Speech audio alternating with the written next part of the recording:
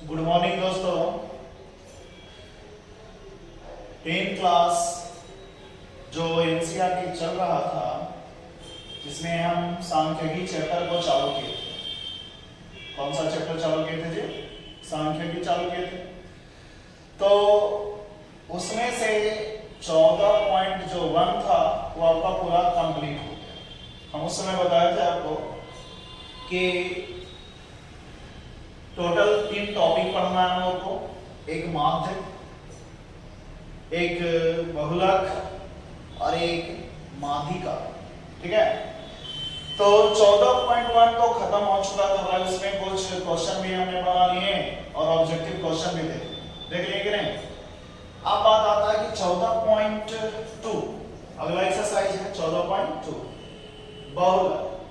तो आज इसके बारे में हम लोग कुछ बेसिक नॉलेज देते हैं। उसके बाद फॉर्मूला वॉर्मूला पढ़ने के बाद क्वेश्चन बनाएंगे, फिर समझ में आ जाएगा कि बहुलक है। ठीक है, तो देखो ये है आर्यभट्ट जी है, एक बहुत बड़े मैथमेटिशियन है ये, नहीं और ये ज्यादा तो नहीं, बिहार से ही बिलोंग करते थे। चलिए तो देखते हैं। चैप्टर है बाबू प्रश्नावली 14.2, ये वाले बना दिया गया है, लेकिन हम लोग एक्सरसाइज में भी नहीं करेंगे, हम इसके बारे में कुछ नॉलेज लेंगे।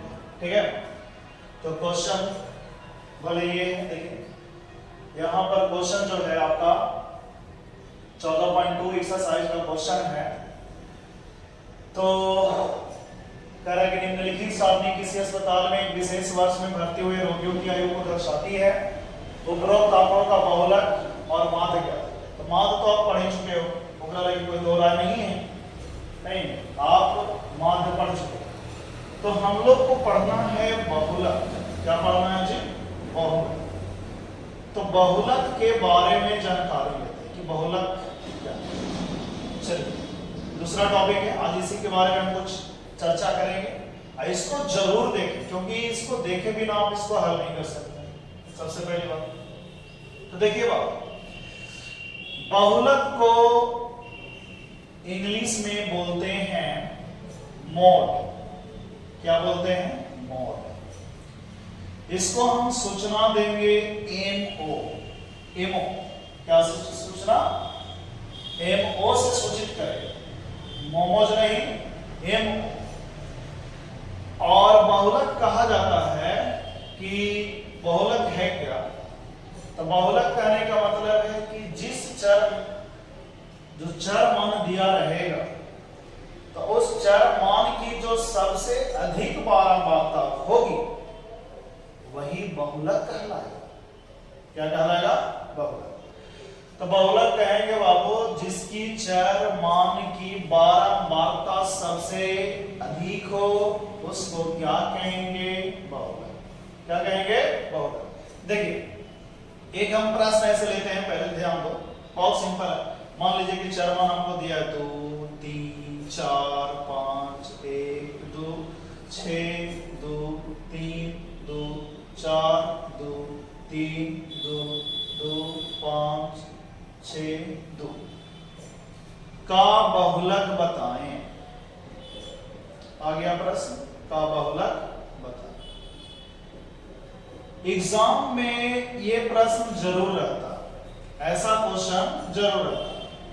इसका आंसर ज्यादा बातचीत नहीं है, इसका आंसर सेकंड में निकल जाता है। आप सीधी सी जानो, उतना लंबा चौड़ा नहीं है, बतावेंगे कि भाई जिस चर मान की बारंबारता सबसे अधिक हो उसको हम बहुलक कहेंगे। ठीक है, बात सही है कि बहुलक कहेंगे, लेकिन जब सीधा सीधा इसको जल्दी ऑब्जेक्टिव में कैसे पकड़े, तो जो सबसे ज्यादा बार लिखा हुआ रहेगा वही कहलाएगा क्या? बहुलक। तो देख सकते हैं 2 जो है वो बहुत बार लिखा मिला है, नहीं आंसर इसका जो बहुलक होगा, इसका जो बहुलक होगा वो क्या हो जाएगा जी? 2 आंसर हो गया। मतलब मैंने जो सबसे ज्यादा बार लिखा मिलेगा वही कहलाएगा बहुलक। क्या कहलाएगा? बहुलक। ठीक, अच्छा ये तो चलो ऑब्जेक्टिव के लिए हो गया। कहीं अगर ये क्वेश्चन सब्जेक्टिव में पूछ दिया तो तब तो गड़बड़ हो जाए। तो देखिए इसको बनाएंगे कैसे, तो इसको बनाएंगे सबसे पहले हम चर मान लिखेंगे। क्या लिखेंगे? चर मान। चर मान में जो जो दिया गया उसको लिख लेना। जैसे 1 है तो 1 लिख देंगे, 2 है, 3 है, 4 है, 5 है, 6 है, इतना लिखा हुआ है। उसके बाद हम लोग लिखेंगे टैली मार्क। क्या? टैली मार्क, जिसको मिलान चिन्ह बोलते हैं, टैली मार्क। तो चलिए टैली मार्क में देखिए जो जो रहेगा जितना और उसको लिखते चले। तो 2 है तो 2 यहां पर लिख देंगे भाई, 2 को सामने लिखेंगे 1। 3 है तो 3 के सामने लिखेंगे 1। 4 है 4 के सामने लिखेंगे 1। 5 1 को लिखेंगे भाई 1, यहाँ पर सामने 2 तो 2 के सामने लिखेंगे। फिर 6 यहाँ पे 6, फिर 2 है फिर 2 लिखेंगे। 3 यहाँ पे लिखेंगे, फिर 2 यहाँ पे, 4 के सामने लिखेंगे, फिर 2। तो देखो ये 4 वो हो गया, 2 फिर है तो एक 5वां नंबर में वो लाइन नहीं खींचना, यहाँ से यहाँ ऐसे काट देना, ये 5 हो।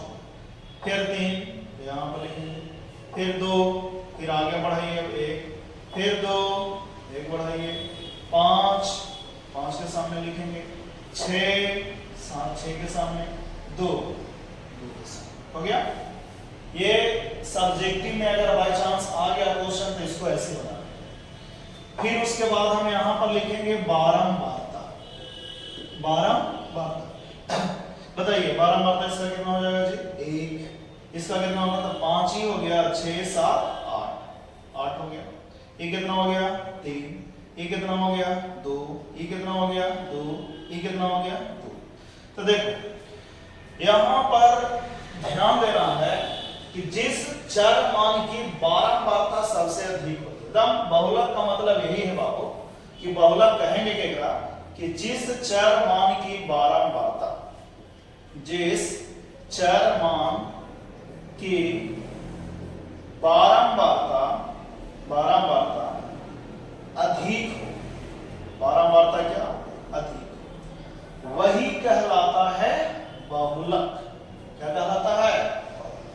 तो बताइए बहुलक में ध्यान दीजिए, सबसे अधिक बारंबारता आपको कौन नजर आ रहा है जी?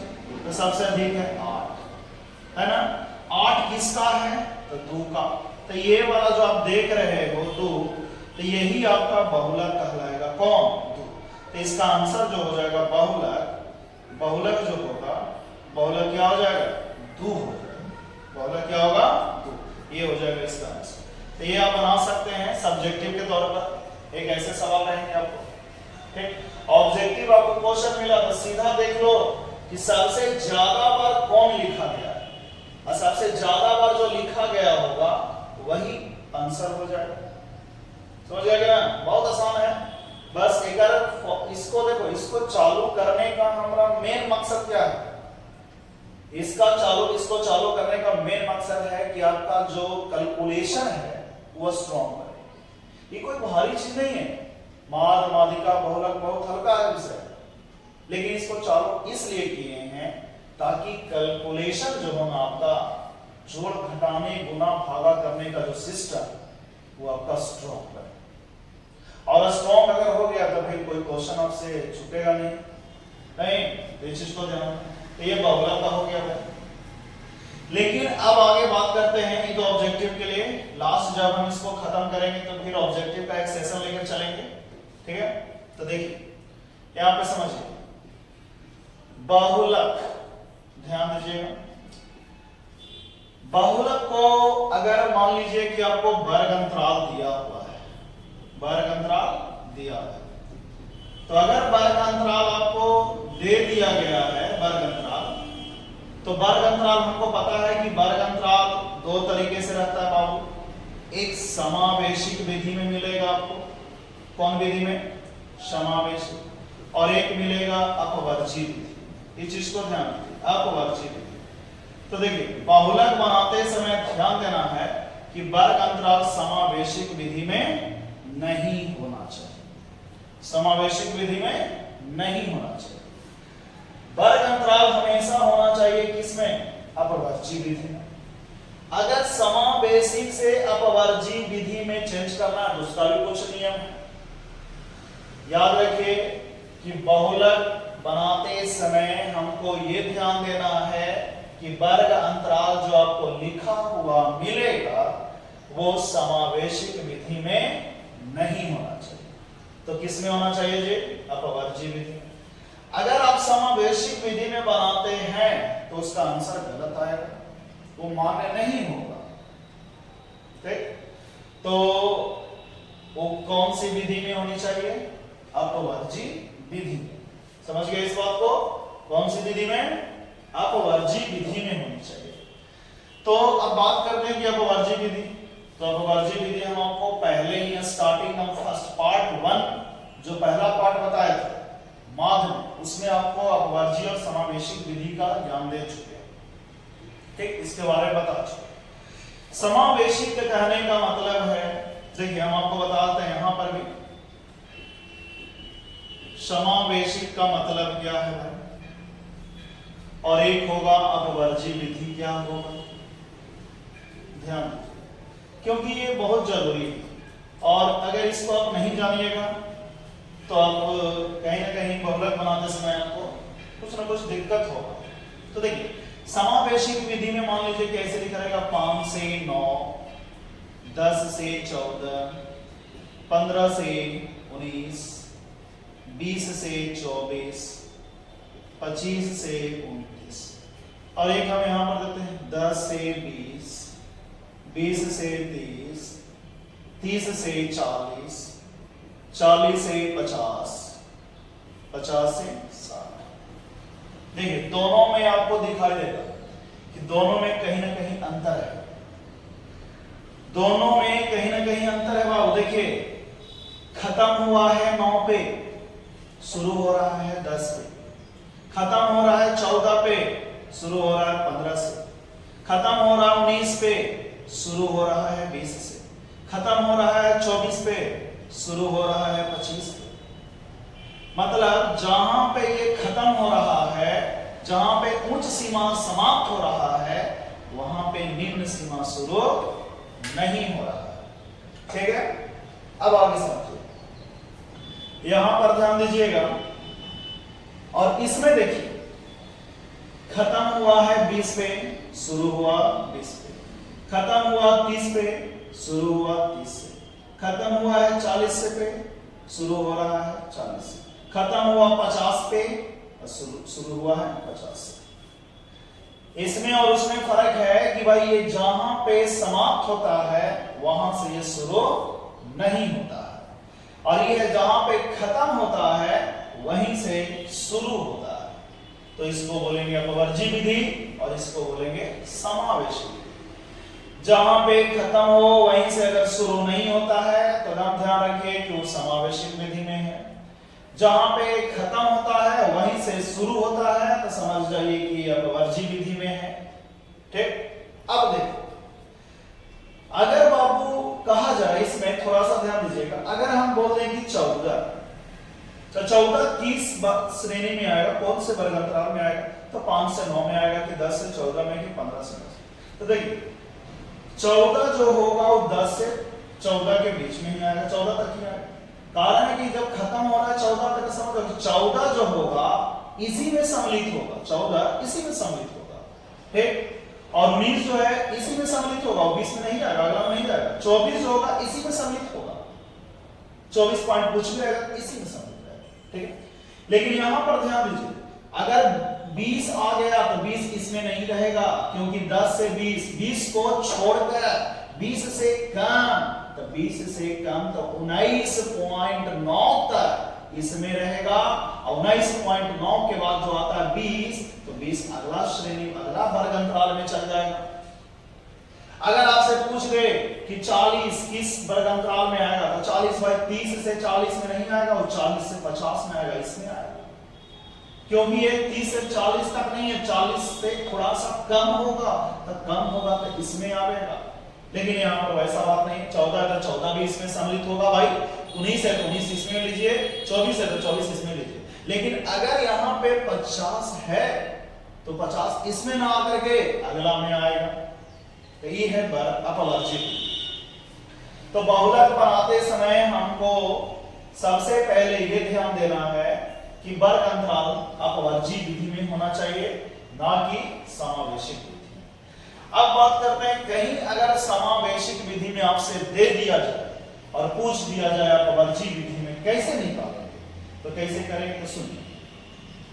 अगर आपको समावेशिक विधि में वर्ग अंतराल दिया हुआ है, समावेशिक विधि देखो, मान लो हमने मान लिया 5 से 9 भाई, 10 से 14 मान लिए, 15 से 19 मान लिए, 20 से 24 मान लिए और 25 से 29 मान लिए। ठीक, तो हम एक नया वर्ग अंतराल बनाएंगे, नया वर्ग अंतराल, और ये नया वर्ग जो अंतराल होगा ये होगा अपवर्जित विधि में होगा। तो अपवर्जित विधि में बनाने का जो तरीका है सुनिएगा, ये निम्न सीमा है और ये उच्च सीमा है। जब देखिए कि इसमें पॉइंट नहीं है तो भाई निम्न सीमा में ध्यान देना है कि निम्न सीमा में और उच्च सीमा में ध्यान देना है, इन दोनों में पार्ट को समझ लो। निम्न सीमा में 8 ना घटा देना है, निम्न में कम और उच्च में ज्यादा। तो निम्न में 8 ना घटाने का मतलब 0.5, 0.5 यानी 0.50 पैसा, समझ जाओ। ऐसे तो 5 घटा देंगे 0.5 का 50 है। एग्राम में 0.5 जो होगा वो आप जोड़ दीजिएगा, एग्राम में 0.5 घटा, मैंने 8 ना एग्राम में घटा देना है। निम्न सीमा में 8 ना घटा दीजिए और उच्च सीमा में 8 ना जोड़ दीजिए। कहीं बाय चांस अगर यहाँ पे पॉइंट आ जाए 0.5 से 0.9 ऐसे आ गए, नहीं आ जाए यहाँ पे 1.0 से 1.4 ऐसे एक अंक के बाद दशमलव आ जाए, तो यहाँ पर देखिए जब दशमलव ना रहे तो एक अंक के बाद दशमलव, अब दशमलव रहे एक अंक तो यहाँ पर मतलब 0.05 हो जाएगा और यहाँ पे 0.05 होगा, इसमें जुटेगा। अगर बाबू ऐसा ना रह करके मान के चलिए ऐसा रहे 0.05 से 0.09 तक और 0.1 से लेकर के 0.14 तक ऐसे रहे, तो आपकी के अंक के बाद दशमलव है 2 अंक, ये 2 अंक कहते हैं, यहाँ पर बढ़ा देंगे 3 अंक, मतलब 0.005 से 0, ये मतलब कि इतना जोड़े घटावेंगे और उस सीमा में 0.005 उस सीमा में जोड़, ये काम करना। तो यहाँ पर अंक नहीं है, पॉइंट नहीं है, तो पॉइंट नहीं है तो भाई ये वाला काम करेंगे, माने एकरा में 8 ना घटा दो और एकरा में 8 ना जोड़ दो। चलिए 5 रुपया में से 8 ना चल जाएगा तो 4.5 रुपया बचेगा भाई, 10 में से 8 ना जाएगा तो 9.5 रुपया, 9.50, 15 रुपया में 8 ना चल गया तो 14 रुपया 50 पैसा, 20 रुपया में 8 ना चल गया तो 19 रुपया 50 पैसा, 25 में चल गया तो 24 रुपया 50 पैसा। कितना आसान है। अब यहाँ पे ध्यान दीजिएगा, इसे है और इसमें हम जोड़ देंगे 8 ना तो 9 रुपया 50 पैसा, 14 में 8 ना जोड़ेंगे 14 रुपया 50 पैसा, 19 रुपया में जोड़ेंगे तो 19.5, 24.5 और 29 में 8 ना जोड़ेंगे तो 29.5। अब बताओ बाबू, जहां पे खत्म होता है वहीं से शुरू हुआ कि नहीं, जहां पे खत्म हुआ वहीं से शुरू हुआ कि नहीं, जहां पे खत्म हुआ वहीं से शुरू हुआ कि नहीं, तो इसको बोलेंगे अपवर्जित विधि। तो ये बात क्लियर हो गया कि आप लोग कभी भी समावेशिक विधि में रहे तो अपवर्जित विधि में पहले बना लीजिए, चेंज कर लीजिए और करने के बाद ही बहुलक बनाए, ठीक है, इतना आपको याद रखना है। और सुनो, अब चलते हैं हम लोग बहुलक के लिए फॉर्मूला, ध्यान दीजिएगा। बहुलक, देखो बहुलक का जो फॉर्मूला है ध्यान दीजिएगा, a प्लस, एक लाइन खींच देना, लाइन हमेशा प्लस के सामने खींचिएगा, कोई ऊपरे नीचे चढ़ा देता, f1 माइनस f0, एकरा f1 बोलिएगा एकरा f0, बटा में नहीं चले 2f1 minus f0 minus f2 और गुना में h, ठीक, गुना में h। तो देखो अब यहां पे समझिएगा कि भाई L क्या है, ध्यान दीजिएगा L क्या है, F1 क्या है, F0 क्या है, F2 क्या है और H क्या है, ये इतना पार्ट आपको निकालना पड़ेगा। और ये देखो एक रट्टा मारोगे तो याद करने में थोड़ा सा दिक्कत होगा, लेकिन एक क्वेश्चन से अगर इसको बना करके देख लिए कि भाई एल कहां होता है, एक वन कहां होता है, एक जीरो कहां होता है, आपको सारा स्पष्ट नजर आ जाएगा। लेकिन एक लोग याद भी कर लेता है, इसको याद करता है कैसे, एल क्या है, एल है बहुलक वर्ग की निम्न सीमा, बहुलक वर्ग की निम्न सीमा। देखिए अब एक हम भी याद करेंगे कि बहुलक वर्ग की निम्न सीमा, और एक याद नहीं किए हैं लोग याद कर लेता है, इसको बनाते बनाते इतना बार बनाइएगा कि आपको याद हो जाएगा। एक हमारी क्या है भाई, तो एक बार लिखेंगे बहुलक वर्ग की बारंबारता। F0 क्या है भाई, तो बहुलक वर्ग के ठीक पहले वाली बारंबारता। F2 क्या है जी, तो बहुलक वर्ग के ठीक बाद वाली बारंबारता। H क्या है, तो बहुलक वर्ग की लंबाई। नहीं ये इतना भी याद करिए, याद नहीं करना है, लेकिन हाँ बनाते बनाते वो सारा याद हो जाएगा, ठीक है ना। इस सब कंडीशन है कि भाई हमको L मिल गया, F1 मिल गया, F0 मिल गया, 2F1 तो F1 रहेगा तो अगर हम 2 से खाली तो गुना कर देंगे, F0 F2 मिलल है, H मिल गया, रख देंगे, बहुलक निकल जाएगा। अब बात रहा कि सब निकालेंगे कहां से, तो एक क्वेश्चन आपको हम बताते हैं और उस क्वेश्चन के आधार पे ही आप सारा क्वेश्चन बना सकते हैं। इसमें टोटल बाबू 14.2 एक्सरसाइज में क्वेश्चन आपको टोटल 6 क्वेश्चन है। कितने क्वेश्चन, 6। आपको हम पहला क्वेश्चन को हल करते हैं, ठीक है, और पहला क्वेश्चन को हल करने के बाद आसानी पूर्वक से आप बना लीजिए। इसको अगर लिखना चाहते हो तो लिख सकते हो कहीं कहीं, और नहीं तो इसे बनाते बनाते अपने आप याद हो जाता है। चलिए तो क्वेश्चन चलते हैं, पहला क्वेश्चन देखिएगा 14.2 एक्सरसाइज है। पहला क्वेश्चन है, पढ़ लिए थे, तो बहुलक और माद समझ गए होंगे कि माद निकालने की जरूरत नहीं है, आप माद आराम से निकाल सकते हैं। पीछे जो 14.1 एक्सरसाइज पढ़े, तो हम यहाँ पे बहुलक ही चलेंगे। तो जो दिया गया है उसको पहले लिख लेते हैं। आयु दिया हुआ है, वर्ग अंतराल ले लें बाबू, तो वर्ग अंतराल यहाँ पे लिख लेते हैं।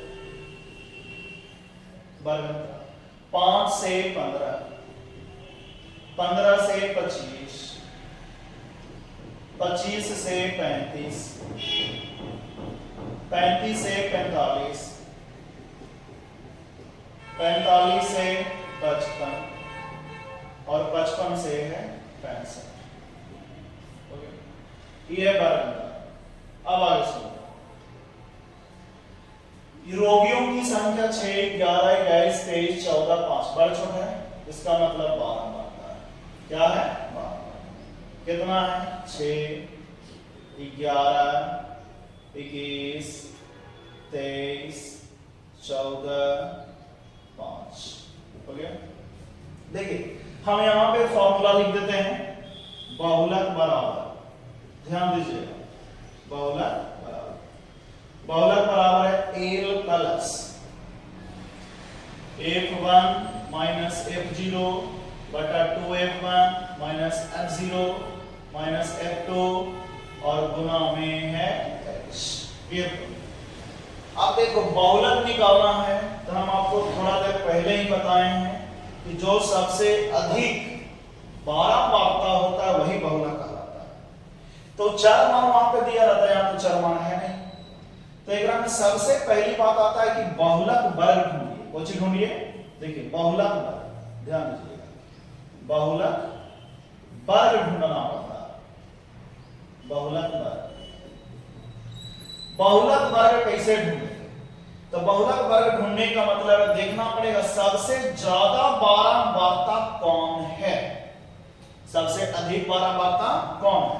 तो बताओ सबसे अधिक बारंबारता कौन है जी? सबसे अधिक बारंबारता है 23। 23 ना?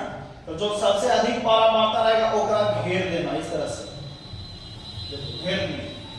और यहां पे लैंग्वेज लिख लेना कि सबसे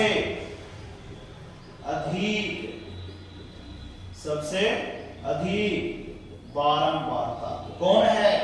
23। इतना लिख लेना। तो जब सबसे अधिक बारंबारता अगर आपको मिल गया तो आप बहुलक वर्ग भी ढूंढ लीजिएगा। बहुलक वर्ग, बहुलक वर्ग। तो जो घेराएगा 35 से 45, तो 35 से 45 यही है बहुलक वर्ग। इतना सबसे पहले काम करना होगा बाबू। सबसे अधिक बारंबारता ढूंढना है। तो सबसे अधिक बारंबारता आसान से आपको पता चल जाएगा। एकरा में संचयी बारंबारता एक सूत्र निकालने की जरूरत नहीं है, इसमें सिर्फ बारंबारता की आवश्यकता है। बारंबारता आपको पता चल जाएगा ना, तो अगर देख लेना सबसे ज्यादा कौन है, तो सबसे ज्यादा 23 है, तो वही लिख देना सबसे अधिक बारंबारता।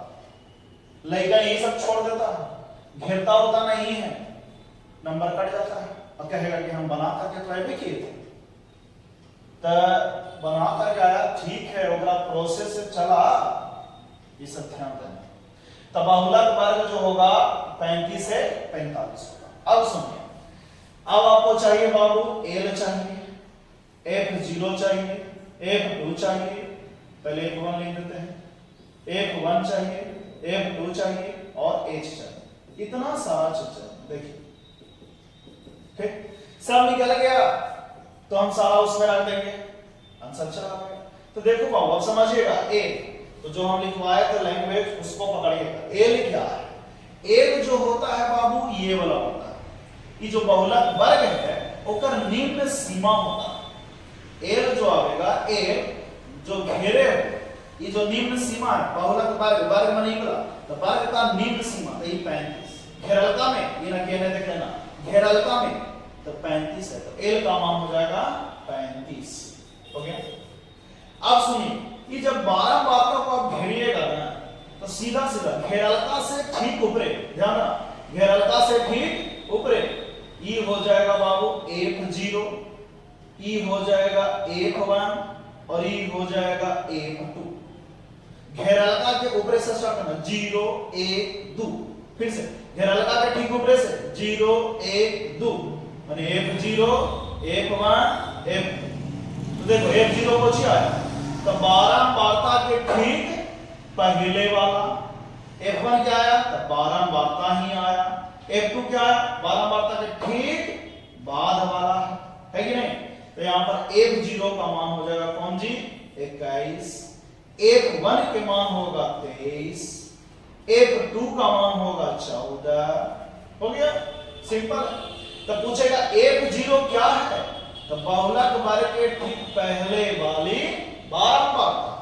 F1 क्या है, तो बहुलक वर्ग की बारंबारता।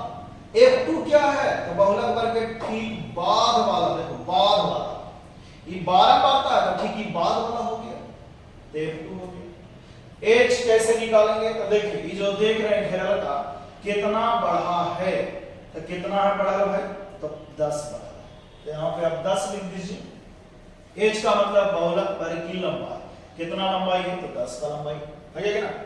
अब सारा मान यहां पे सेट कर दीजिए, तो बहुलक बराबर L का मान कितना 35 प्लस के सामने ही बटा देना है 21। देखो F1, तो F1 का मान कितना है 23, तो यहां पर 23 लिख देंगे, माइनस F0 का मान कितना है 21, 2 गुना 2 F1 के मान कितना 23, माइनस F0 कितना F0 21, F2 कितना, देखो F2 कितना है जी 14, यहां पर 14 सेट कर दिए, और इनटू H के मान कितना 10 सेट कर दिए। यहां से देखिए 35 प्लस 13 घटा दो, 23 में से 21 गया तो 2, और इन्हें गुना में कितना है तो 10, यहां से गुना करें 23 दूनी 46। आई दोनों जोड़ दो, ये भी माइनस में है और ये भी माइनस में। देखो 21 भी माइनस में है, 14 भी माइनस में, 21 भी माइनस है, 14 भी माइनस में है, तो 14 और 21 कितना हो जाएगा जी? 35। 35 कर दिए। ठीक, अगले बार में 35 प्लस गुना करना चाहो गुना कर दो, 10 दूनी 20 और 46 में से 35 गया तो 11, कितना बचेगा? 11। अब यहां से 35 प्लस भागा दे दीजिए, यहां पर मैं ऊपर लिख देता हूं, देखो 35 यहां पर लिख दे रहे हैं बाबू, 35 प्लस 20 भागा 11, तो भागा देंगे 11 भागा 20 से भागा देंगे, 11 एकम 11 तो बच गया 9, पॉइंट बैठाएंगे 0, 11 8 88, 88 2 पॉइंट बैठेगा 0, फिर एक बार तो ज्यादा 1.8, तो एक भागा देंगे तो 1.81, 35 है 36.8, बस यहीं पर आंसर मार दो।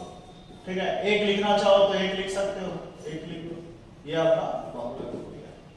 ठीक, बहुत आसान है, ज्यादा बारी भी नहीं है, एक आध दो बार बढ़िया से इसको देखिए और समझिए, नहीं आराम से बनेगा, कोई मेहनत का काम नहीं, सिर्फ गुना भाग है बस। F1 F0 F1 F2 ध्यान देना इस चीज को, समझिएगा ना।